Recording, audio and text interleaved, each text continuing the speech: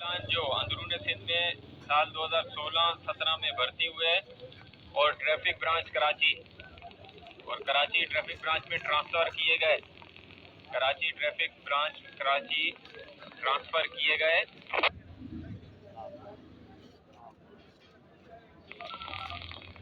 वो तमाम कांस्टेबलान को मुतला किया जाए कि अगर वो कराची में मुस्तकिल नौकरी करने के ख्वाहिशमंद हैं, अगर वो तमाम कराची में नौकरी करने के ख्वाहिशमंद हैं तो उनको कराची रेंज में,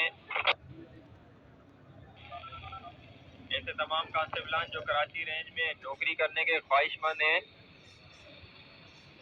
उनको कराची रेंज में उनकी तारीख भर्ती के लिहाज से